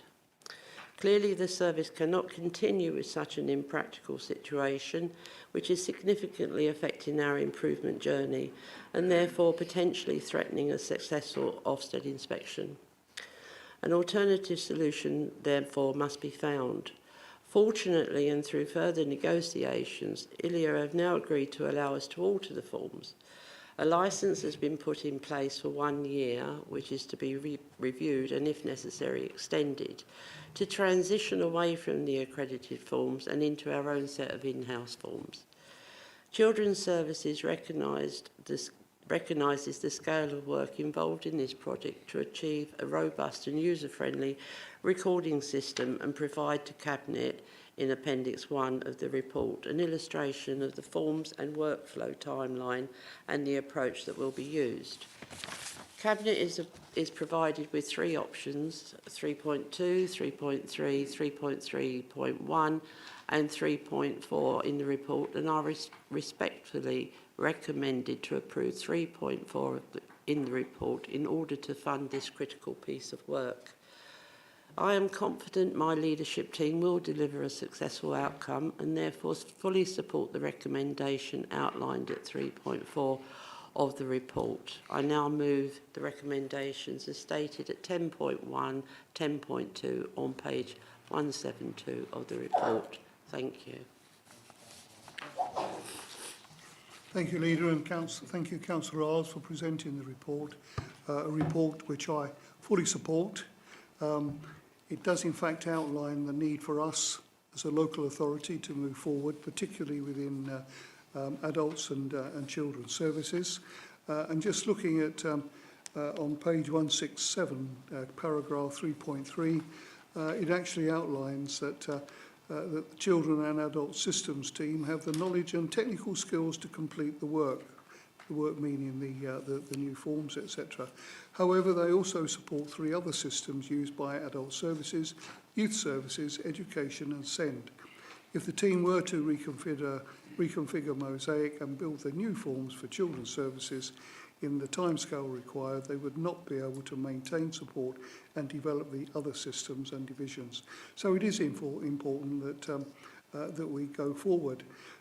Paragraph 3.3 also goes on to say is that the care reforms and CQC assurance review of adult social care, which will start later on this year and into the beginning of next year, will require significant changes to Mosaic. So therefore, I think it is important that we progress with this as soon as we can. To me, it's regrettable that we're not able to use our own staff to actually develop this in the way that we would want to develop in-house by our own people who know the system inside out and backwards. And I know this is being looked at, but I certainly would encourage that our team look again to see if there is any way that we can use our own people and perhaps use agencies to fill in with some of the other work, perhaps. Perhaps I should have raised this before, but it's something that has come to mind as I read through the report once again. But fully support what we have here, and thank you again, Councillor Isles, for presenting it. Thank you. Anyone else?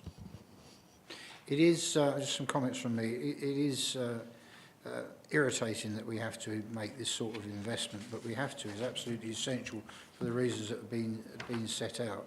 And it's important that the profile, the phasing of the expenditure as set out in 8.1 and as demonstrated on Appendix 1 in terms of a timescale, it's very important that those timescales and phasings are met, not least because this is having the current forms are having the impact on the service of hampering the expected improvements in quality of practice, has the potential to keep caseloads unofficially unacceptably high, and add those things together, additional expenditure in the department as well, in terms of covering the amount of time and energy that's being spent on these forms that aren't allowing us to move forward. The other element that mustn't be overlooked either is the negative impact on the morale of staff as well, by constantly grappling with forms that don't fit the purpose. I think this is a classic example of try before you buy, which patently is a lesson to be learned. So hopefully, Councillor Isles, you have a solution that will stand us in good stead going forward. Back to you. Thank you, Leader, for your comments, and thank you, Councillor Brake. I have nothing more to add to what I've already said, but to say that we just simply cannot go on in the way that we are with these forms for the reasons I've given. But I am confident. I mean, obviously, your comments, Councillor Brake, you know, it has been recognised that the team already exists there to do that, and maybe, I mean, it's been the project has been outlined, but I'm sure that, you know, every conceivable plus will be used to deliver this project and have a successful outcome. So I moved the recommendations at 10.1 and 2. Is that agreed? I'll go on to item 19, Councillor Golding, the clear expectation that there's no need to talk about toilets, please. I'm sorry to disappoint you. I won't. I will actually. Leader, when as you well know, when the council purchased the Pentagon Centre in February 2019, the ground floor was trading exceptionally well, and still is. The first floor has traded at a loss for some considerable time before we bought it, and we were well aware of that at the time, and we were also well aware that the first floor would require an investment so it could bring in a commercial rent income. I'm pleased to be able to say that we are negotiating to lease part of the first floor to the NHS to facilitate the provision of a healthy living centre. This will be at an index-linked commercial rent for 30 years. Some of the remaining space will be used to provide Chatham with an innovation hub. Also, I'm sorry to say, Leader, I'm not sorry, I'm pleased to say, new toilet facilities for the Pentagon Centre will also be provided on the first floor. Mine are prettier than yours. Yeah. As part of that refurbishment, Wilco are going to vacate their first floor premises and expand into the vacant units between their present ground floor facility and also and Sainsbury's. This will require them to negotiate a new lease, which is happening at the moment, which will mean that Wilco will actually be paying a larger rent, considerably larger rent than they are at the moment. We're also providing a new home for our youth services which they call the rec room, and that's going to be on the ground floor in Unit F, which is by the red stairs between Boots and Dykman's. Also, I'd like to point out we are helping those tenants displaced from the first floor as best we can to find new alternative premises. So to sum up, Leader, the first floor now has the potential to trade at a profit. Chatham will have a new centrally located health facility which will bring increased footfall to the town centre, and a brand new provision for Chatham in the innovation hub. So I think overall this is a really good news story. So we've got more income coming in from the Pentagon Centre, which will help, as we've talked about earlier, improve the council's finances. We will have a healthy living centre, modern healthy living centre that's fit for purpose to serve our population, and I'm sure that the innovation hub will be well used by local people. So, Leader, I'd like to move that the Cabinet notes the report as at 10.1 on page 182 of the agenda. Thank you, Councillor Goldman. Anyone? Councillor Isles? Thank you, Leader. Thank you, Councillor Goldman, for your report. Specifically, my concern was the move of the rec room from the first floor to the ground floor, which you confirmed to me yesterday would be Unit F, and I know where that is located, and I would consider that to be a considerate space to transfer to. However, in terms of refurbishment of that area, because you may recall it's not so long ago that the rec room on the first floor had a new kitchen installed and has got other equipment in there as well, fixtures and fittings. So I was wondering how that would be set up and provided in the new location in Unit F. Anyone else? I'll just make a brief comment about the financial status of the Pentagon Centre. And I think the point to bear in mind for anyone that criticises the investment we made is only COVID that caused the big downturn in revenue, and that was common across the retail sector and elsewhere. So I think that we can expect to see the Pentagon recover to the position it was in before COVID, and thanks to the work that you're recommending, actually improve on that position as well. So fully support it. Yes, you're right, Leader. It is doing well post-COVID. In fact, the last footfall figures that I saw that was presented to the Property Board were actually giving figures that were comparable to pre-COVID. Interestingly, talking about things for children, the day that we had the child-friendly city do in the centre of Chatham, the footfall in some of the shops, it was reported back to the Pentagon management, was actually at Christmas levels. So I think that was a very good thing to do for Chatham, and I visited it that day. Everybody seemed to be enjoying themselves, and the collection of cars that was outside. So it had a double whammy. It not only provided a good day for our young people, but it also dragged their parents along who spent some money in Chatham. So that was really good. The rec room, you're right, Councillor, is a very important facility for our young people. My understanding is that most of the fixtures and fittings that were recently put in the rec room as it is can be moved. It's that sort of style, and there is provision in the budget to make sure that the rec room is fitted out to a reasonable standard. So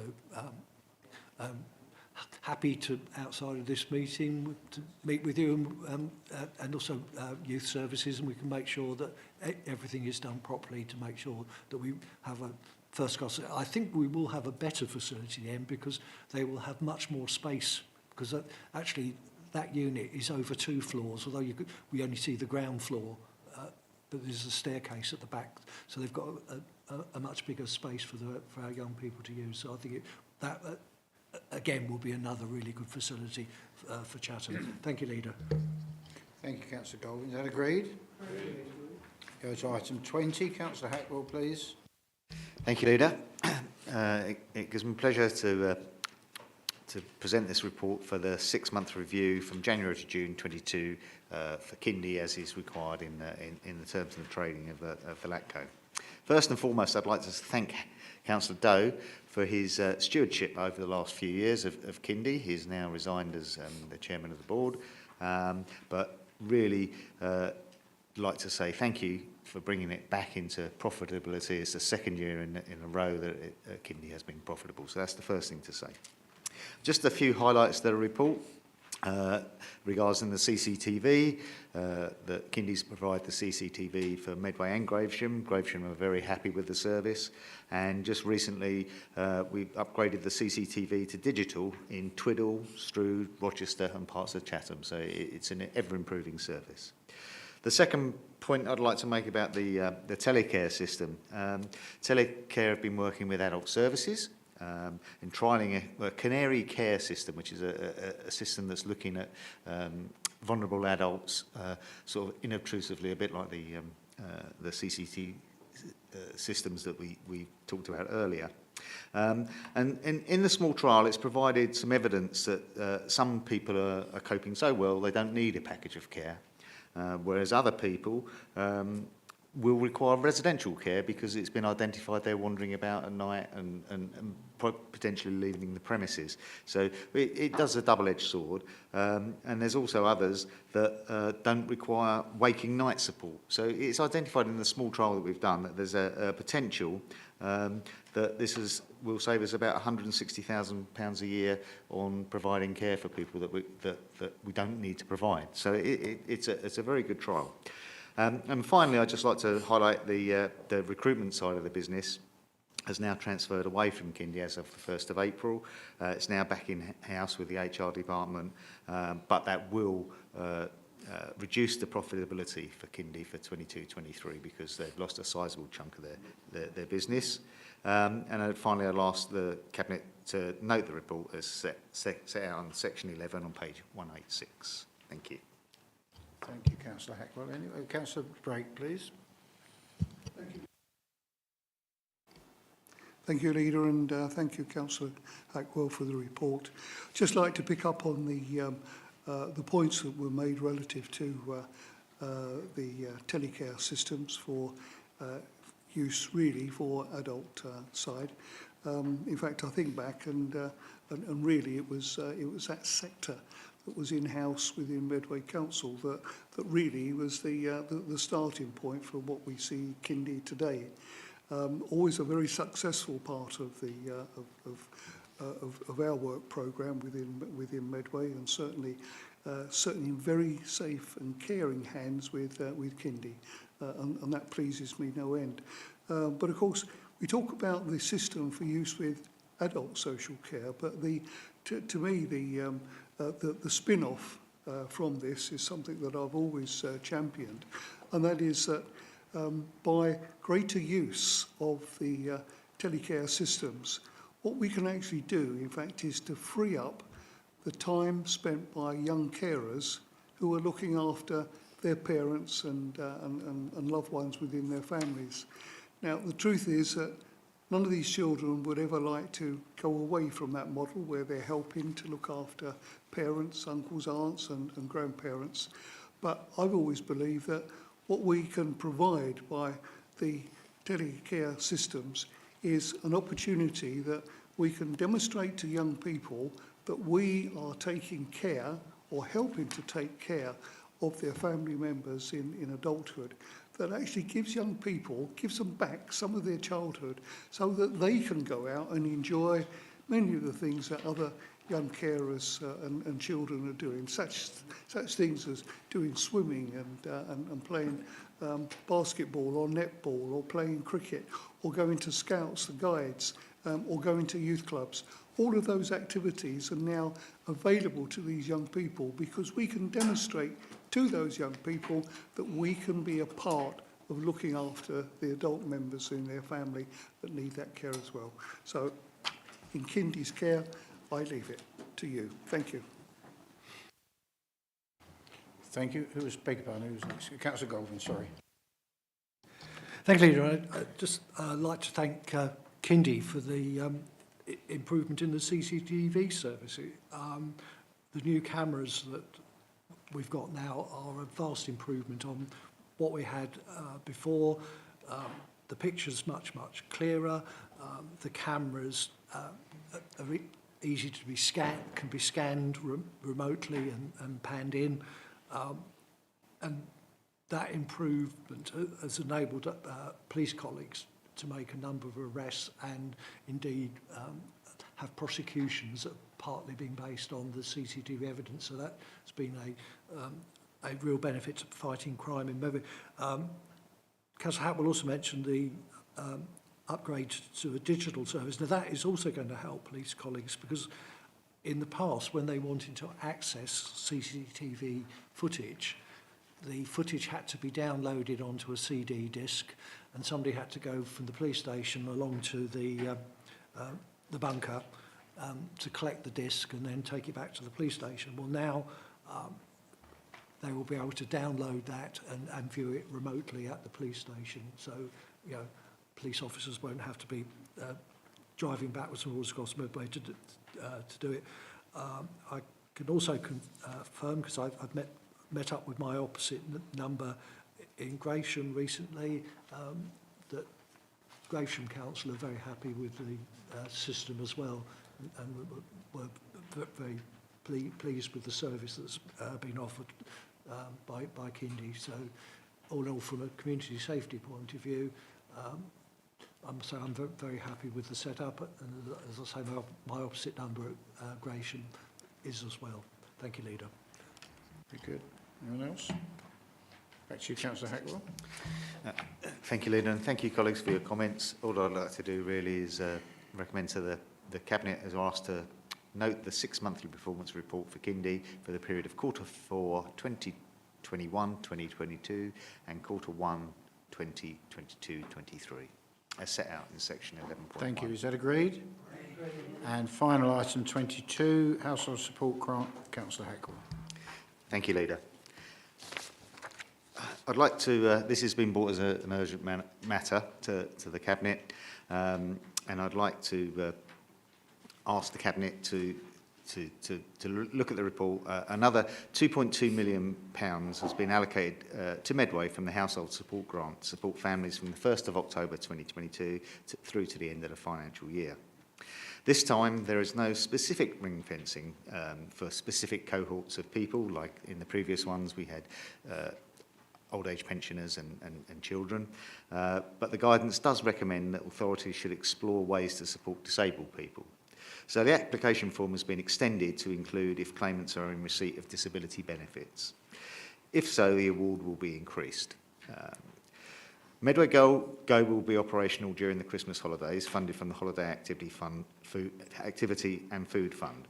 This proposal sets out that vouchers of £15 a week be provided for pupils for the holiday periods when Medway Go is not operational. It is also proposed that free school meal families will be able to claim vouchers should they not be able to or choose not to send their children to that provision. It should be noted that these benefits are dependent on grants from central government and not in place for perpetuity, so it is dependent on the grants we get. The Cabinet is asked to agree the recommendations as set out in section 7 on page 8 of the report. Thank you.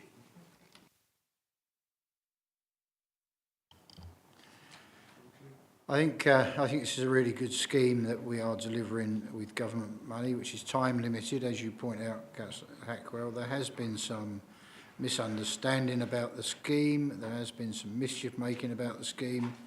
But the bottom line is this is a really good scheme for those eligible for free school meals.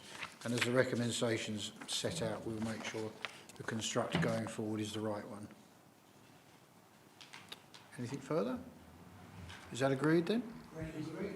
Meeting closed, thank you.